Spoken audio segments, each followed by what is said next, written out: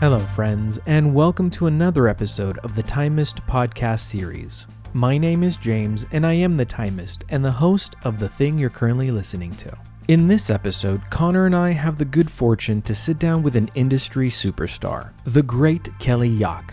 In fact, we had so much to talk about that we actually had to split this up into two parts. This is part one, and here we'll go over how Kelly actually got started in the watch industry in the first place. We also talk about how 2025 has evolved and go over her love for Grand Seiko. And of course, we go deep into Patek Philippe discussions, from how she was handpicked to join the Patek family, to the culture, training, and even one very special watch that Kelly had a hand in actually creating during her tenure at the Patek Tiffany Co Salon. We also delve into how she nurtures client relationships, working hard to turn dreams into reality while navigating the inevitable challenge that is the fact that not everyone can always get what they want, all the while striving to maintain a healthy balance between work and home life. We also learn about her deep connection to the very first luxury timepiece she ever bought for herself. And we laugh a lot because we had a great time. All this and so much more. So sit back, relax, grab a drink and a snack as we get started. Hello, everyone, and welcome to another episode of the Timist Podcast Series. Today, I am thrilled to introduce our special guest. Although she studied radio, television, and film, and even graduated cum laude, ultimately becoming a producer, she found her true calling within the jewelry and luxury watch world, having served as fine jewelry manager at Saks Fifth Avenue, senior Patek Philippe consultant at Tiffany Co, covering all of North America, and director of client relations at Watches of Switzerland, U.S. division, just to name a few.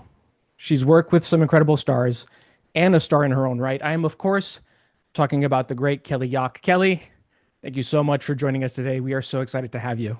That was very kind. Listening to, all the things that I've done, I'm like, oh, that's not so great. That just means I'm old. Okay, moving on. That's not what that means. That's not what that means. It means you bring a wealth of knowledge and experience. Yeah. Okay. All right. Thank you. Absolutely. Joining us also is my good friend and co-host Connor. And how are you, good sir? And also, how excited are you to have Kelly joining us today? Oh, I'm super excited. Really, really thrilled. I honestly think this entire thing was set up just so James could get me to talk to Kelly and just fangirl a little bit. So thank you for the facade of like a podcast and whatever that this is. So yeah, I'm thrilled. I'm happy to be here and I'm feeling great. Fantastic. I can't confirm nor deny whatever you just said. We're just going to keep going. So it's funny because, again, like you mentioned, you both share similarities. I personally don't work within the watch industry, but you two do. Kelly, would you kindly do us the honors of telling us, our viewers and our listeners, a bit about yourself? So I think you gave a great intro, but how I started actually, so radio, television, film kind of led me to where I am only because I was married for the first time very, very young. I was 23 years old. I had gotten out of college. I had a great job. And back in the day, my ex-husband now, he was very, very successful in radio. And so we did 5 moves in 3 years. And every time we did a move, I wound up not being able to get a job because anything I wanted to do in my own industry, I had to start at the bottom again. And my ego wouldn't allow me to do that. So I kept going back to what I knew all through college. How did I get myself through college? How did I pay for college? I worked. And so I worked retail. And I, even at a young age, I was working fine retail. And so, finally, when we had sort of moved back to the Northeast, my ex-husband said to me, he's like, Kelly, that's a real job, like, don't look down on retail because it's actually a real job and people make real money and you need to simply find what you love to sell. And I was like, oh, okay. So I did. I'm like, I love jewelry and watches. And he's like, great, go figure that out. So I did. And Hamilton Jewelers in Princeton is where I got my start. And it went from there, with challenging me. I owe a lot to Hamilton because, and I've said this before on other podcasts, they challenged me every single day to make myself better. And when I found myself behind that watch counter day after day after day, that was my true calling and my true passion. You just fine tune it.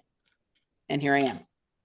Heck yeah. That's wonderful. Thank you for that, explanation. And what a great way to support your partner, to be like, what do you want? What do you like?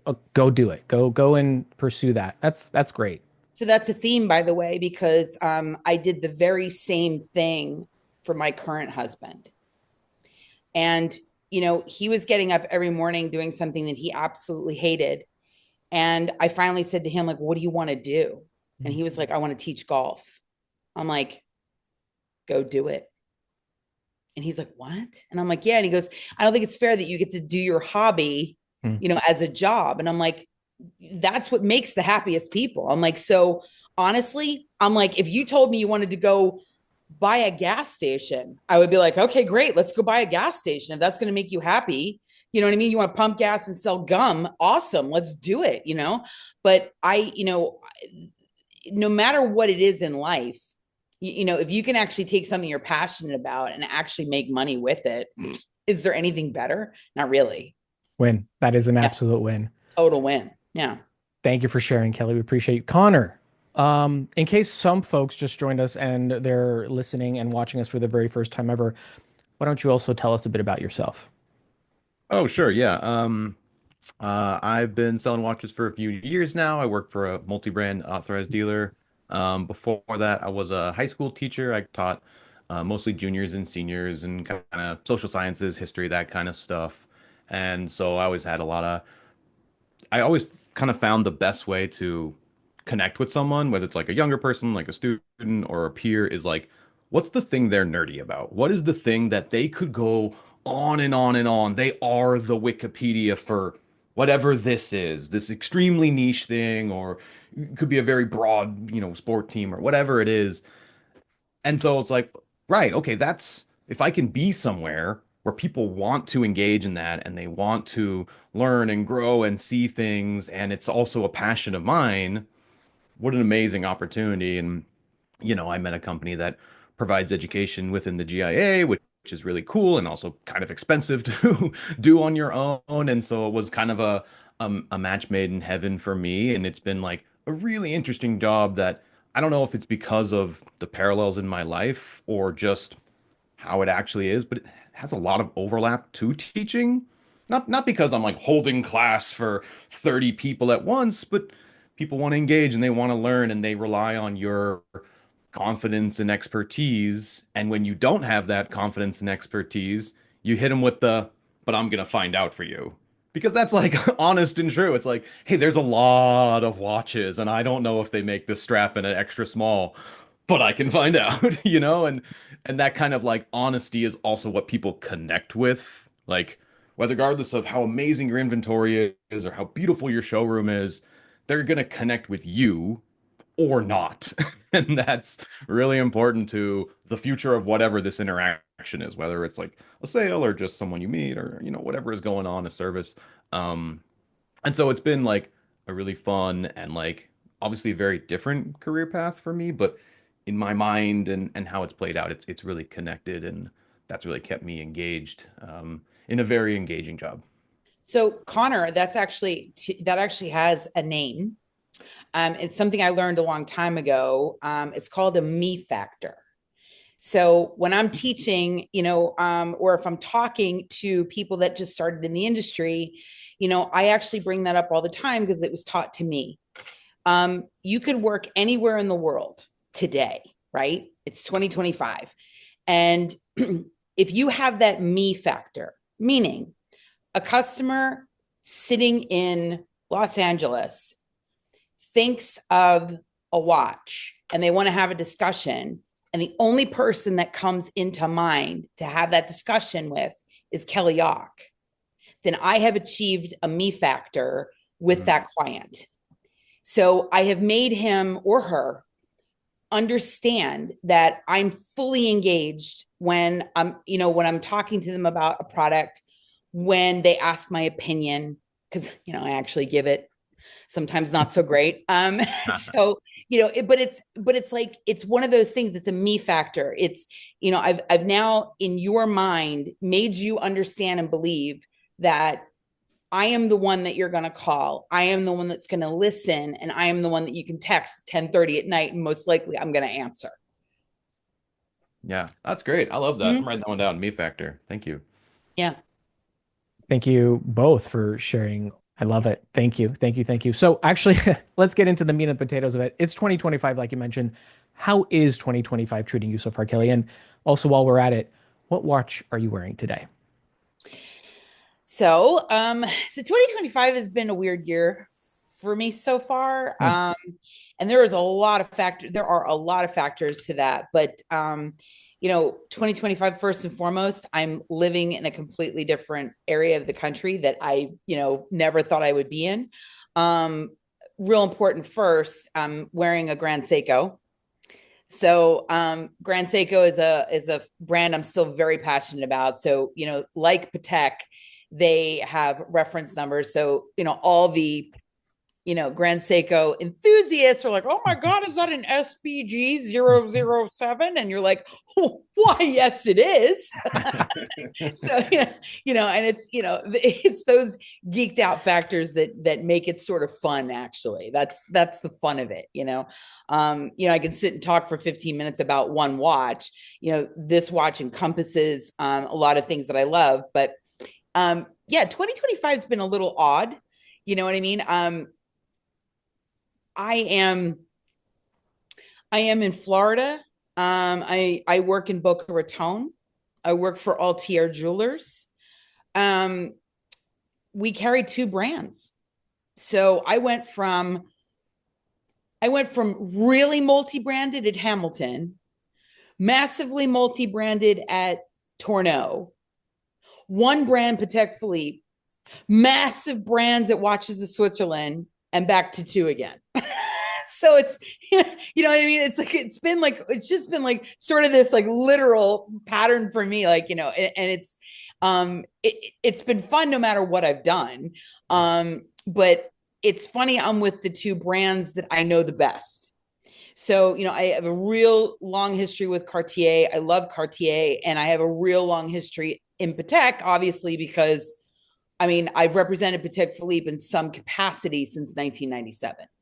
So, so I know Patek exceptionally well. In fact, in 2005, I was one of 17 Americans that was actually chosen to do their, it was like a computer training where they handed you a laptop and you had to do this training and whatnot. And then you ended it with, you had to end it with an excellent score. And then they also sent you to Switzerland to complete that portion. And there were 17 of us that were chosen to do that. So Patek Philippe obviously is in my blood through and through. And it's, it's something that I know very well, but you have to sort of be passionate about all watches, in my opinion. It's my opinion, in order to be at that Patek Philippe kind of level, because you have to sort of understand the basics of watchmaking to then represent a brand that is so intricate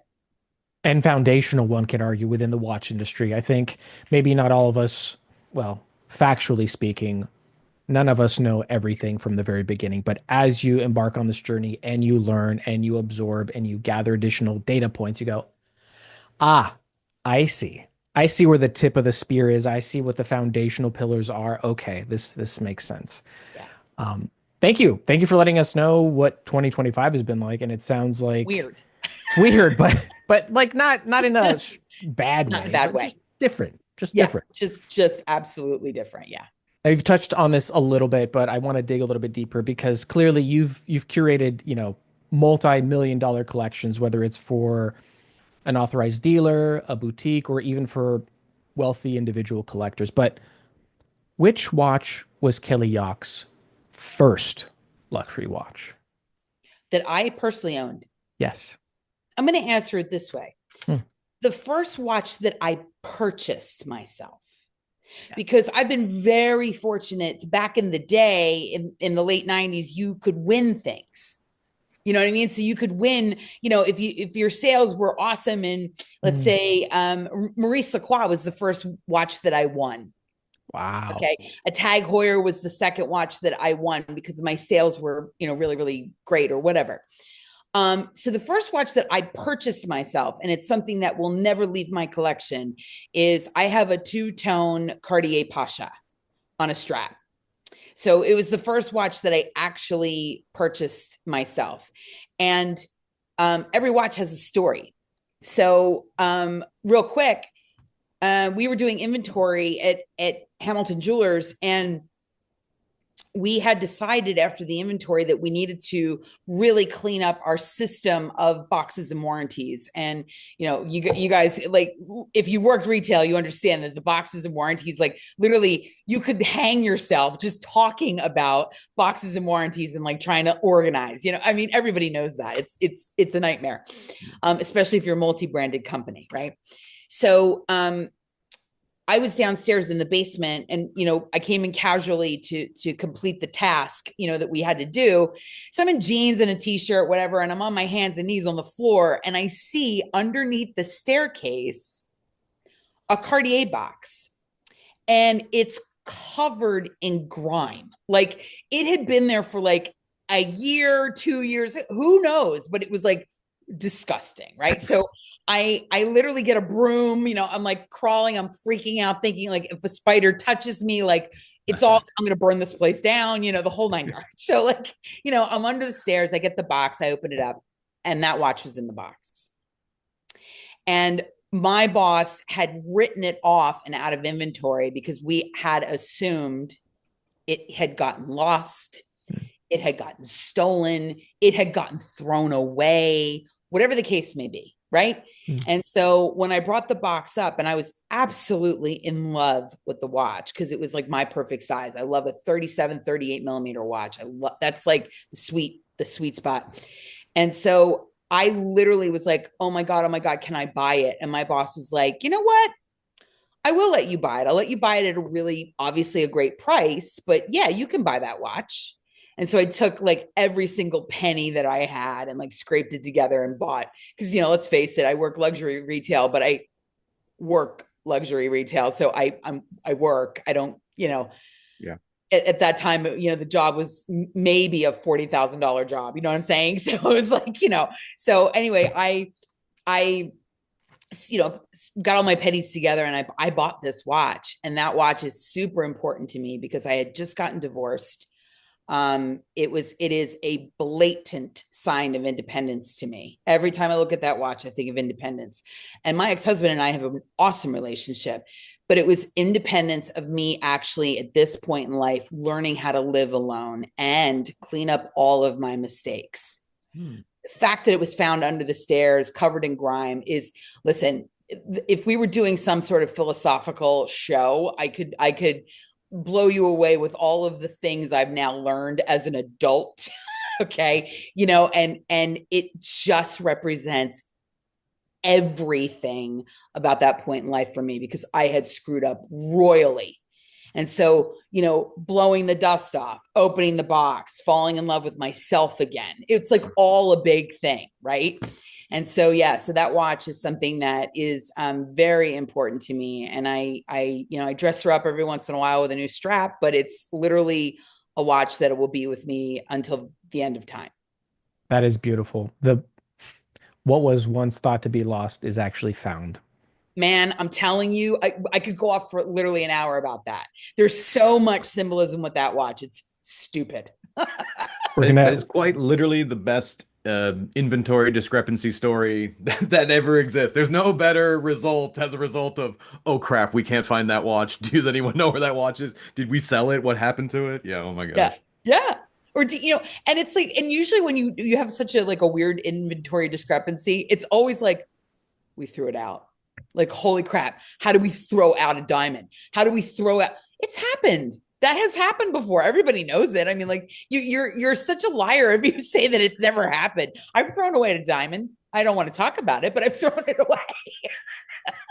Trash cans get grown through at work. It happens, right? I mean, and often things are, They're minuscule. That pin is like this big, but it came from Switzerland. It took 3 weeks. We gotta find it. Oh my gosh. 100%. Wrapped in Oh a my. piece of paper that's like, give me a break, Yep. man. It all looks like Yep. trash. Exactly. You too. You too. I feel like have some stories to tell. Connor, I've been talking for a while. Take the show. Hmm. Well, I was just like on a light, fun note. I know like as a result of being around brands and products and all this kind of stuff, get exposed to a lot of stuff. And I can see you're like an accoutrement lady. You have all kinds of cool like tequila shakers and Liquor? booze there. Yeah. Yeah. But like a little tchotchke and whatever, brands they distribute that stuff like as much as they do watches and jewelry. 100%. What kind of cool stuff do you have in the house? Like, what do you what ended up in your home that's a thing that maybe you wouldn't buy or you wouldn't go seek, but you're happy to have carry around with you? That is an awesome question. I've never been asked that before because it is so true about I can talk about swag until the cows come home because you don't okay. First of all, all right, I'm going to answer the question and then I have an extension to that. Okay. Okay, great. So I'm like looking over my shoulder and actually it's just liquor. Okay. But I have to say that the most valuable things that I own and the things that are very important to me are the Patek Philippe Limoges dishes.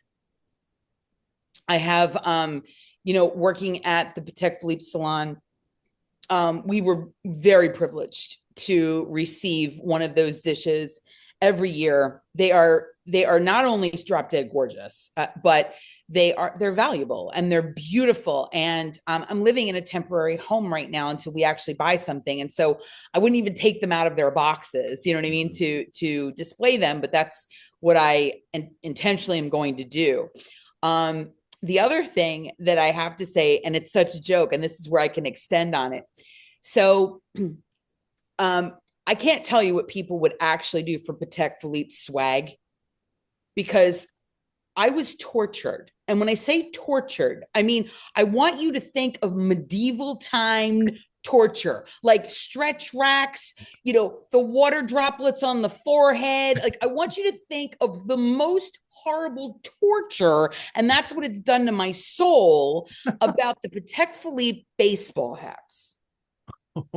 Okay. Like, it's a baseball hat, guys. Okay. Like, let's just sit back and calm down. Okay. It's a baseball hat.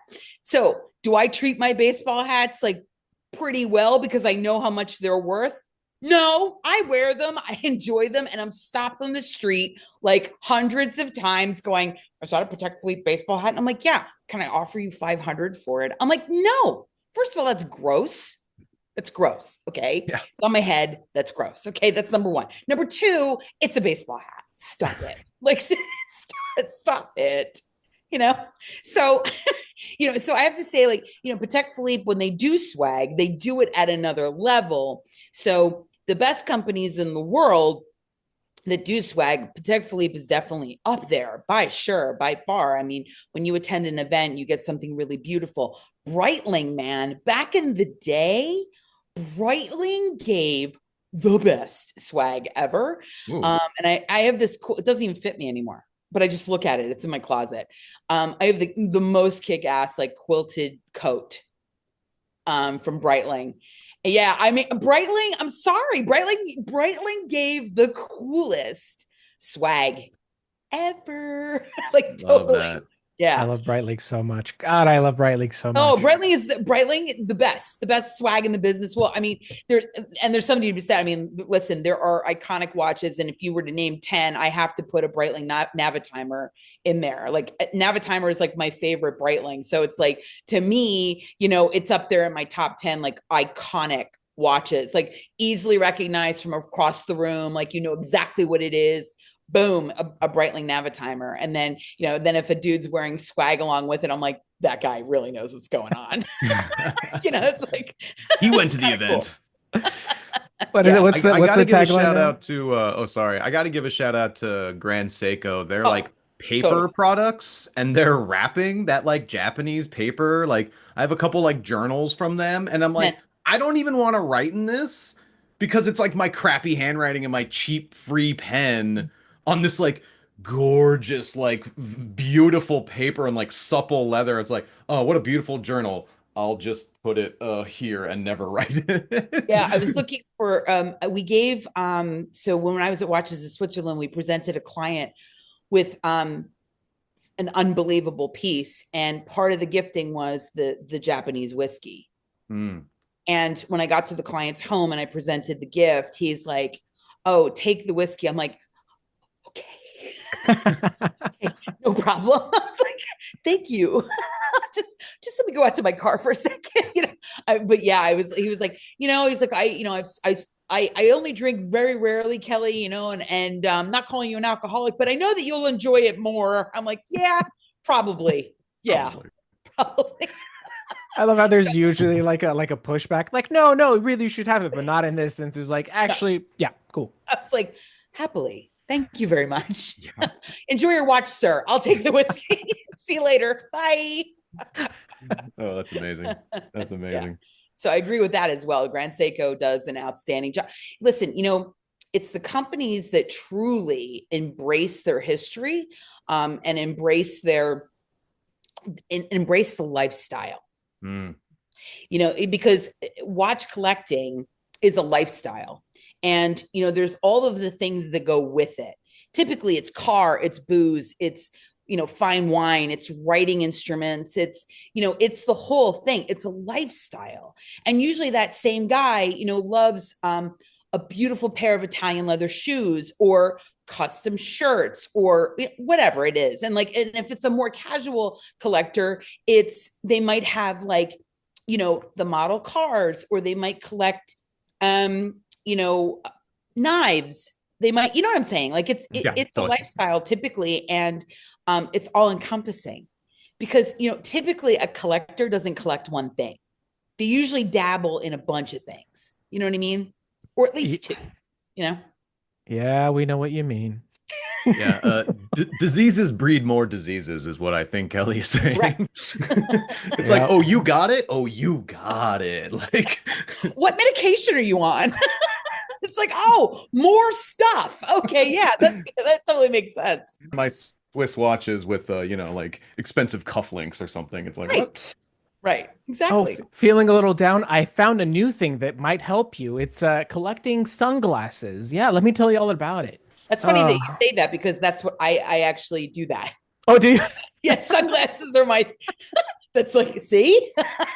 How'd you know? Okay, Yeah, Because misery loves company. That's right. 100%. It's also I know a couple of guys that you know, I shouldn't actually, I'm not laughing at it. Believe me. I know some guys that suffer within their own industries with really, really high ups and very low downs. And, little bit of depression comes in there, and retail therapy is an actual thing. It's a thing. And so, have I been guilty of feeding that? Yes, 100%. But there's something also about it that, the sense of euphoria that you do get sometimes from buying the simplest thing. it's I true. mean, I get so excited when I go to, Home Goods, and my favorite snacks are on sale, and I buy all of them, and I'm like, "Honey, I just came home with 10 bags of chips." And he's like, "Right, and where are we putting those?" And I'm like, "Doesn't matter. They were on sale. Mhm. They were Mhm. cheaper than the grocery store, and they're healthy because they're organic." I know it. James So and I I, mean, that's it's so funny. bad. Mhm. James and I both moved into new places in the last, what, 6, 8 months. Yeah. And I know it's like you find the right thing for the right place, and you're just like, oh, is this Nirvana? Like, have I done Mhm. it? Like, Mhm. it's silly how much joy it can bring you to just like have this like urge, this want, and then you check that box, and it's like, whew, that's a feeling. It is. I agree. Let Agree. alone let alone on something such as a watch, which we'll get into further into the discussion, but like when you are waiting a Yep. month, a year, 5 years, and to get the call, it is now it's hard to describe and put into words, but I think everyone at some point in time in this life will have experienced that one thing that they've really, really wanted. And it could be hyper niche, hyper focused on their character type. Yeah. And it's just an itch that coalesces into one beautiful, magical moment. But I'd like to tie this back into your experience because Patek, by my count, it's been a little over 27 years now where in some form or another you've been representing Patek Philippe. Yeah. Could you tell us 28, how 28 September. Okay. So more accurate. 28 years representing Patek Philippe this September of 2025. Could you share with us part of that journey, how it began, and maybe some of the cornerstone moments that really stuck with you over the years? Like the Cartier box, right? Like you remember, it's like you think about it, you're right there. Insert Ratatouille scene from the movie where he eats the dish and it just transports him into that moment. Share with us, if you can, some of the moments that kind of stand out as cornerstone moments of your life while working with Patek Philippe for 28 years this September. So I like to talk in threes. So I'll try to think of like three moments. Cause if we were going to sit here for the next 16 hours, we could talk about it, but like, let's keep it short and sweet, So, so I have to say that 2005, being chosen, that meant a lot to me because, I liked watches as a kid. But, I went there in 1997 to not only learn and participate in this retail journey of mine, but like, it was one of those things where I was challenged along the way, and I was challenged hard, by the gentleman that I worked directly for. His name was Michael Hopper. And I've mentioned his name before as well, because he's still a mentor in my life and he's very important to me. And he challenged me. It was one of those things where, I felt such incredible pride in representing a brand like Patek Philippe when I had come from nothing, like I had really come from no background with collecting, no background with even, anybody else in my circle liking watches. It came from my own heart. So it was very gratifying to me that, this happened. And then being chosen again in 2008, when I went to interview with Tiffany, I don't think I will ever experience an interview process like that again. There were probably a good 7 or 8 people involved, and I was their first choice.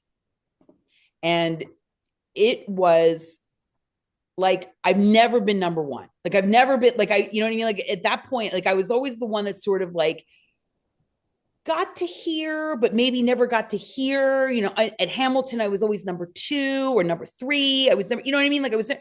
So to be like someone's first choice, like, man, was that like, wow. Right. And to represent this brand that was just, to me, the pinnacle of watchmaking at that time, you know what I mean? It was really amazing. And then I have to say, from 2008 to 2020, I mean, those were my years with Patek only. Meeting some of the individuals that I did and still, rub elbows with, per se, you know what I mean? It's a privilege to know that, again, your name is on the lips of someone like a John Mayer or an Ed Sheeran, or, it's an honor. Like I never brag about that ever. I'm very humble. I really try, and I try to tell everyone like humility, man, because it literally doesn't matter who you are. If you don't have humility, then you've got nothing, man, because you've got to stay humble. And there are days that I am challenged all the time. In this new job down here in Boca Raton, people don't know me. They don't know me. Okay. We have a clientele that's a lot older. And, and then some gentlemen that are very sort of fixed in their own ways, and maybe, the internet's not a thing for them, or maybe social media is not a thing for them. I've been challenged more so down here than I've been challenged in my career. Like, I actually had the woman card thrown at me the other day, and I was kind of like, we're going to do this? Like, really? Like, you can't be serious, sir. Like, you know what I mean? Like, but it's, it's like, really, we're going to do this. But yeah, I have to say, like, humility is the thing. And you get your bristles up, right? You get your bristles up and you think to yourself, you know what? Here's a guy that's maybe in his early 70s that may still have a mindset that hasn't been corrected. Mm-hmm, mm-hmm. And it's, How generous. I'm trying. I am again. It's as if she's a professional. Oh, right. My bad. Sorry. I'm trying to be generous. And it's funny that's, again, it's funny to me that still exists, but you know what? Hey man, his world might be really small. More power to you. If you could sit in that small world and like be happy, then you go right ahead, sir. But like, being challenged the other day, like really actually made me laugh out loud. I was like, what?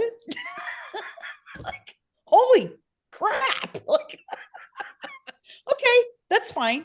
That's fine. I put him in his place. You were looking through the old like folders, kind of like, again, that Cartier box under the rafters. Like, I haven't had to tap this folder with a response to such an incident in, I don't know, years. I know, because I'm like, wait, what year are we in? And you know what the best part was? This was actually the most flattering part of it. The best part was my coworker. Okay. Because I have very few coworkers. Okay. And I work with a coworker that has been with the Altier family since 1987. Oh, okay. Wow. And this guy literally came to my defense. He's like, no, we're not going to do that. No. like, no, sir. Like, you don't know who you're talking to. And I was like, and I was just sitting there like smiling, going, uh-huh. And he was the one that actually came to my defense and really was very sweet about like, you're not going to do that. And because this gentleman, his name is Len, because Len knows the Altier customers like no one else, obviously, it was very sweet to have someone come to my defense and go, no. And I'm like, well, thanks, Len. You know what I mean? And it was very sweet. And like, Len is one of those guys too, that has always specialized in jewelry and, is the first person to look you in the eye and say, oh, nope, not my thing. Kelly is happy to take care of you. Kelly can talk about that all day. If you have something to repair, if you have something you want to discuss with a diamond, or, Len is the first person to say, I don't know what that is. Let me ask, and I think that's why this family has been so successful. Not only have they represented some really great brands and, and integrity, I can't even tell you, integrity beyond belief. But they have people like Len that have worked for them, and they're the first people to say, no clue. Hold on a second. Let me ask for you. And that's how we really started this off. Before we hit record, we were talking about that very subject. When you can look someone dead in the eye and go, I don't have a clue, but I'm happy to find out for you. And that person will respect you more and more because, and wind up probably being your best client because you had the courage to say, I don't know, let me get an answer. Now it's your problem to actually get that answer and get back to the person. But I'm the first person to tell you I don't know something if I don't. Great things to showcase. And it was more than 3, I think, but I think it was well worth it. Thank you for walking us through that.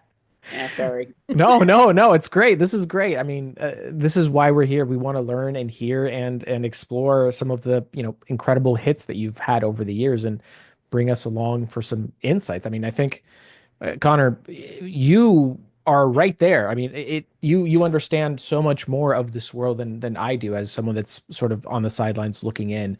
Do you have any more questions that maybe Kelly can help answer? I've got a Roberto Coin notebook here full of Okay. All questions. right. Okay, so yeah, thinking of like even the story you just told, I've always thought that the most important and equally challenging part of this job is what I would describe as like just keeping clients happy, setting realistic expectations, and then living up to those expectations when, oftentimes you're the person they're dealing with, Mhm, but you're dealing with 1,000 of them. Not to mhm. like minimize them or, put them Yep. into a number kind of thing, but you've got a lot of balls in the air and you've got a lot going on. And while you are intending to make this happen for this person, whatever it is, it's very difficult. So, what's like the secret as someone, who does this very well and was head of client relations? How do you keep these clients happy? How are you able to like maintain exactly what you want to do and set expectations for yourself and for them that you're able then to follow up on? The first thing you need to understand is that you will never make everyone happy. That's and it took me a very long time to get there. I took on Mm, way too much. I allowed my job to interfere with my marriage. I allowed my job to actually get to the point where my husband was like, "That's it, I've had it." And I don't have children, but you know, the fundamental things in our lives are really more important than what goes on outside the home. You know what I mean? Like the home is, that's your space, that's your time, and whoever's in that home with you, a partner, a wife, husband, dog, whatever it is, whatever is in that space, that should be your first and foremost priority. So understanding that first is the first hurdle.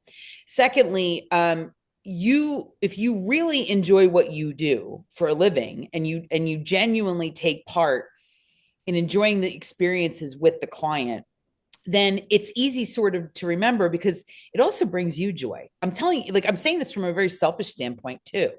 It brings you as much joy when you can actually make someone happy. mm, It's amazing. And if you yeah. can't, then think of something that's going to. So for example, if you have promised you know a, God, I hate this, but let's go there. So if you are working with a customer and you promise them a Nautilus and you promise them, first of all, that's the number one. You shouldn't promise anything. But you should never ever promise, an Aquanaut, a Nautilus, a Rolex, or what, you shouldn't be promising anything. But if you feel in your gut that it's like it's going to be feasible and you really do think it's possible and it doesn't happen because let's say they discontinue it or they something happens where it just doesn't, then you better have a backup plan and you better think of what's something else that could really make them happy. So you're not going to make that dream come true, but you know that their daughter is graduating and you've thought of something amazing that the daughter is really into volleyball. So, you have a tournament coming to town and you have tickets or something or, what, like the customers always need to be forefront in your mind. You need to get into their lives. You need to understand what they love because you need to keep them happy in some way, shape, or form. Roberto Coin gives you that free book, right? That free little thing. Well, maybe somebody that actually collects those because they write. Send it to them. Yeah. Then it doesn't have to be in your house either. You know what I mean? Or you just think of things that are going on maybe in your community that you can express, like, hey, the wine festival's coming and like, I thought of you and your wife because we're going to do a night with Chapelet wine, whatever, you know what I mean? So getting into their lives and really understanding the other things other than just simply timepieces that they're interested in, and keeping them and making them understand that they are on your mind Mm. and that you do genuinely care about them. It's just, that's what I call like sort of my backup plan. just because sort of back up, because if you are understanding the lives of the people that you're dealing with, with this watch collecting gig that we do, right, then those little tiny things can keep people happy as well. Yeah, it's not a Nautilus, yeah, it's not a Daytona, yeah, it's not an Aquanaut. I get it, but like, we also all need to be realistic about product. And when everybody is coming into your store asking for the same exact product, and it's every single day of your life, and who has spent money with you, who's genuinely interested, whose 40th birthday is coming, when you know all these things, you are genuinely trying to map this out the best way that the brands feel that you're doing it, that you feel that you're doing it, that the company that you're working for is the customer. I mean, like, you're literally, you are the one that's putting these like connect the dot things together. And it is very hard. It comes a little bit more natural as you do it more often, but it's a tough game because you are going to disappoint people. You are. And you have to be honest and gracious about it. And I believe that I have built a career on honesty. I mean, is this going to happen for me? I'm like, no. And here's why. And like, let's talk about it. You know what I mean? Like, but I need to be honest about it because I can't have someone calling me every 5 minutes going, is it there? Is it there? Is it there? Is it there? Is it there? Is it going to be this year? Is it going to, I genuinely try to be as honest as I possibly can. Obviously, honesty is so important. And given the nature of some of these watches and some like how rare they are and the availability of them, it's challenging. Not because you're like, I want to lie to this person, but because it's like, it's either like divulging a lot of details that frankly they don't really need to be on the need to know basis of, or it's just like, if I have whatever 10 people a day ask me for a platinum Daytona and I sell less than one a year, it's like, what are my options? Am I like, cool, I'll add you to my list of 40 people, so you should get one in 620 years. Like that line of the truth and the expectations is really challenging because you don't want to rain on people's parade, but you also don't want to gas them up like, yeah, great watch, great choice. I love light blue. True. It's what else always, would you like? yeah. I mean, yeah. I want to piggyback off of this because I think it behooves quite a few people that are listening or watching. I'm trying to think of the most sort of broadest, most encompassing question I can ask on behalf of our viewers and listeners. And I think I like to pose it to the both of you, starting with you, Kelly. Should someone have a grail in mind? We've talked about it before, something that truly isn't an off the shelf, walk in on a random Tuesday and be able to buy timepiece, insert hard to get a watch here. How should that person approach you and basically establish, foster, and sort of maintain a relationship that would not, of course, like we said, guarantee, but definitely improve the chances of getting that magical call for that one watch that you'll possibly only see yourself 3 times a year, And I know that there's no secret, perfect recipe or ingredient list, but what advice would you have for the people? The same advice that I have for myself. Please understand that this isn't, I don't want this to sound bad, but if you do that with arrogance, if you do that with, do you know who I am? Or you do that with, I deserve, I've already shut you off. Okay. Now, if you come in and you say, I understand, for example, that this watch is really hard to get. And this is a relatively new game to me. And I don't know how to go about it. And I certainly would love to have one. Can I sit down and look at the rest of the line and understand?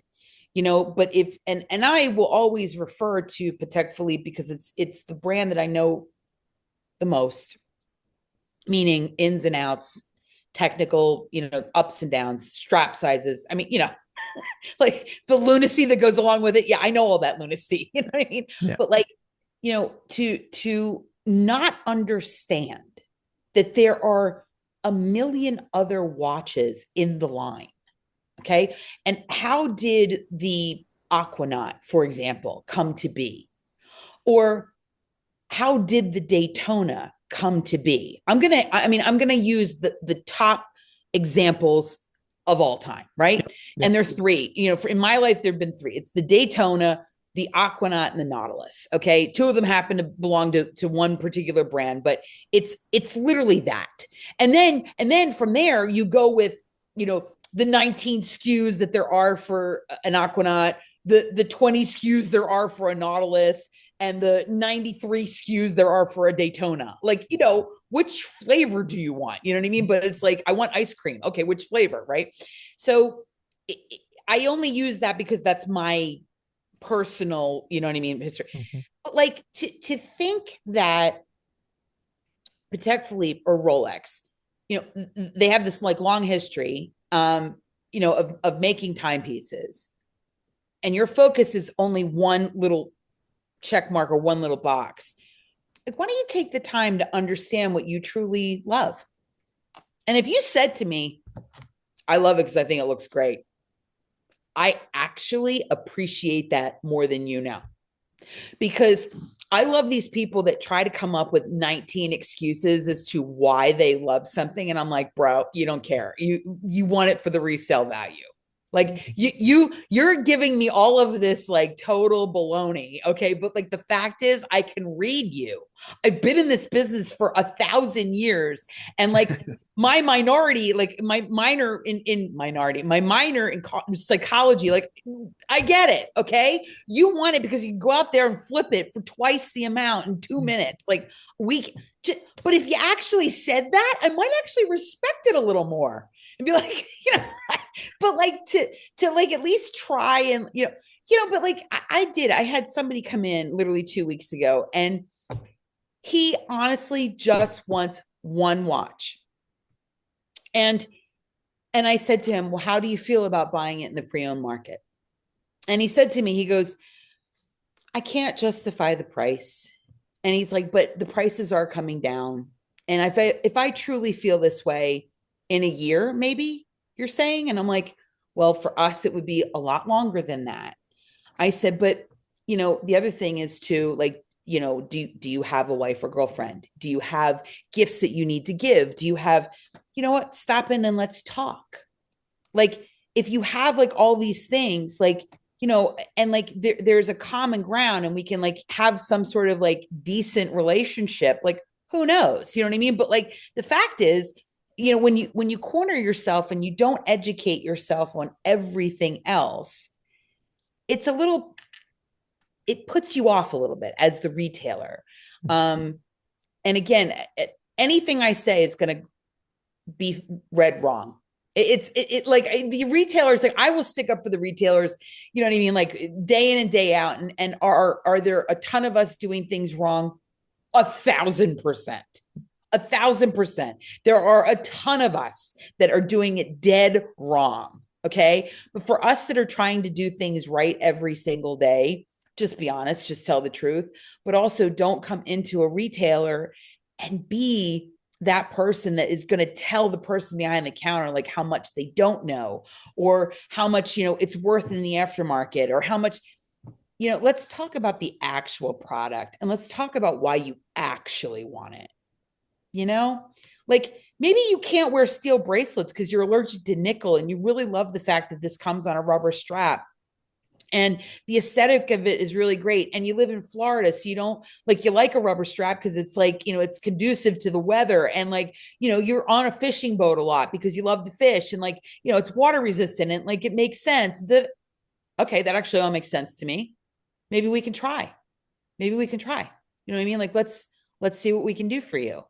But, it's the years of, sitting in that salon and people saying to me, like, do you know who I am? And I'm like, do you know who I am? Like, I'm Kelly. Are you, what's your name, sir? Like, let's not be rude. Let's not do that. You know what I mean? Like, let's not do that.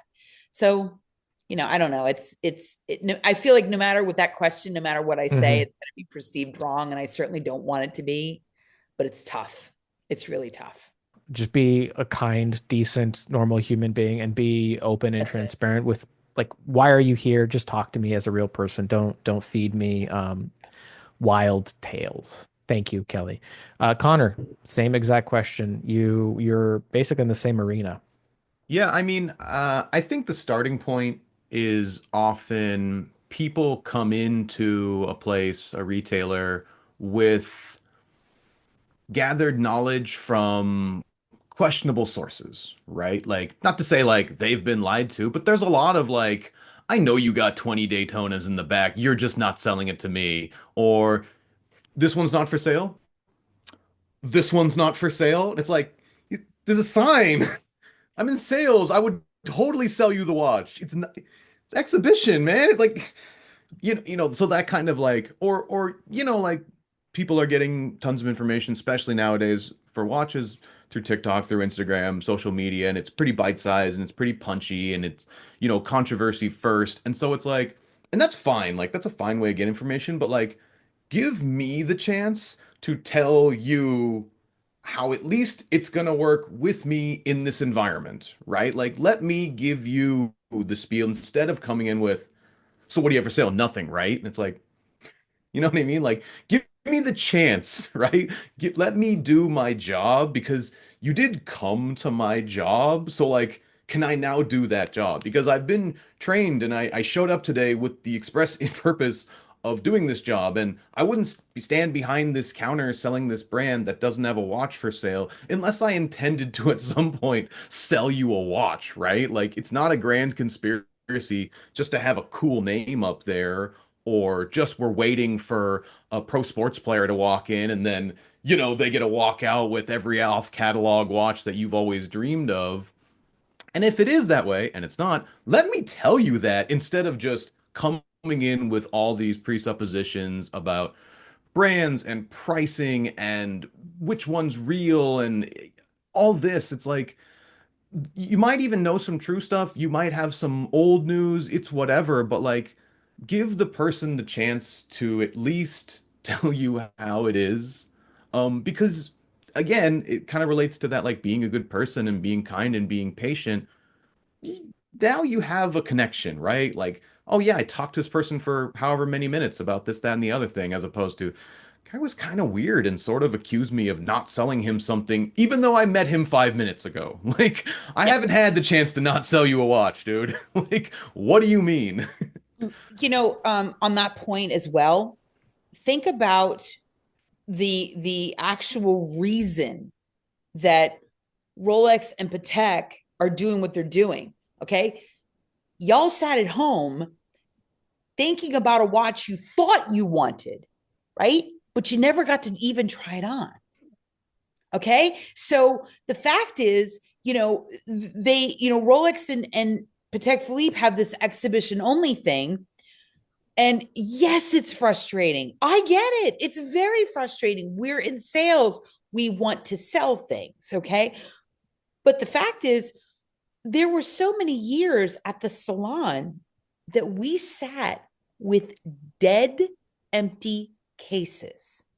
That's also very putting off as well, because it doesn't even strike a conversation. So for someone to come in and actually say, I want an Aquanaut, I can say which one. I want this one. Okay. Sir, I very much apologize. As you're aware, what the wait time is, unfortunately. I have this 5968 Aquanaut Chrono that you can look at. Now, see, let me tell you about this one. This one's larger than what you want, but let's try it on your wrist for size, blah, blah, blah, blah, blah. It starts a conversation. And then at that point, you branch off into other things or why, or, I get it. It is very frustrating. And again, like you said, we're in sales. We don't want to sell something. Hello. Right. It's like, that's our main job. Like, we're supposed to go to work and sell things and come home with a paycheck. That's legit. The black and white of it, that's what we're supposed to do. So yeah, standing in a store and like not selling things, it's a depressing day. It's a depressing day. Or if you didn't sell something, did you have some at least great conversations? Did you have something funny at work go on? Did you have, whatever? And like today, there is where I am in life today. I mean, there is a ton of laughter. I've never gone to work and laughed this much in my life and had such a great time, and then go home and actually enjoy my life and, seriously unwind. I'm in that position now to do this, and I'm in a very different environment, but that's what we do all day. And it's fantastic. So the takeaway is, if you do approach a salesperson about a watch, be humble, understand that they want to sell you something, and maybe try not to tell the salesperson what's what. And again, I do understand how many of us may be doing it wrong.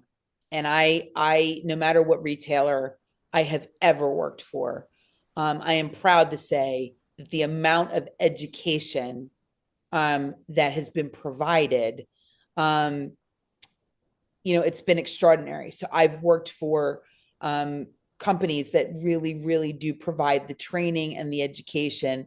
Again, if the salesperson is not executing what we have told them or we've shared with them or whatever, that is a different story. But understand the amount of knowledge, in each situation that I've had has been extraordinary. So I'm very proud to say that I've worked for companies that have provided some of the best education in the industry. And folks should understand that if the individual does not necessarily represent what the education that the institution has provided, it doesn't reflect or correlate that this is what that institution represents. It is on an individual level. 100%. 100%. Yeah. I love it. This actually brings me up to the next question that I wanted to ask, because during your tenure at Tiffany Co, you had the pretty epic experience partnering with Patek to celebrate, from what I understand, the 5th anniversary of the Salon at Tiffany. Yeah. And together you created something pretty special, the Patek 5396G. Can you tell us more about what that experience was like? And in terms of stack ranking, cool things that Kelly got to do, what's that like? First of all, we didn't think we were there long enough to be able to participate in something that cool. Because 5 years. Yeah, it was 5 years. And quite frankly, I don't believe that we even remotely established the following and the clientele that should have gotten that watch. Mm-hmm. No offense. Don't get me wrong. I mean, there were people that still to this day, take that watch out, appreciate it, look at it, love it, and wear it. But I don't think we had enough tenure. But then again, do you ever really, you're always going to make mistakes with who you sell to and how you sell, whatever. But that watch, it was amazing to me because Switzerland came to us with preconceived notions of what they wanted. And it was a different watch altogether, different case shape, different dial, different everything. And the three of us, because at the time, there were only 3 of us that were involved with the design. The 3 of us turned around and we were like, what if we just went back and went, we don't like any of this. How about this? And we figured, what a shot in the dark. You know what I mean? Like, what a shot in the dark. Like, they're never going to go for it. Well, let's design exactly what we want. And they did. And we were like, what? like, wait a minute, hold on a second. Like, what do you mean? And we were shocked that the answer was yes. And we were so proud and so honored and so giddy about the entire thing that Patek Philippe actually took our dial and eventually did their own versions of it. And wow. So, yeah. And so the 5396G014 is a direct, it's directly our dial. It's different color and there's a different iteration of the moon, but they liked it obviously so much that they sort of moved on with it. Let's put it that way. Yeah. Wow. That's incredible. Yeah. We were very, very proud. This is a great example of, if you don't ask, you will not receive. Oh man, I ask. And listen, any boss I've ever had is like, here she comes. Oh, here she comes. Oh my God, please stop asking. Because I learned one time, it only took me one time, that if you don't ask, you won't get. And I missed out on something tremendous. And so it's like, I will never not ask. And like, what's the worst somebody says? No. It's the worst somebody says, but I will always ask. Always. Yeah. In fact, I've driven anybody I've worked for, I've driven them nuts. So it's like, I can openly say that, and that's fine. The gentleman that we reported to, like in the Tiffany building, he literally probably to this day is like, oh my God, like I think I just saw her. Like, he can't even like handle it, because I was constantly like, okay, yeah, so you're all doing it wrong. So can we as the Patek Salon suggest to you how this should be done right? Because you're wrong. And, and everyone's just like, Kelly, this is an institution that's been in business since 1850. I'm like, yeah, I don't care, but that's wrong. And they're like, yeah, That's 1837, nice. Kelly, 1837. I'm like, well, Patek was 1839. So we're just like we're just gonna tell you how this should be done. And and I was like, really, it's just for the benefit of all of us. Just saying.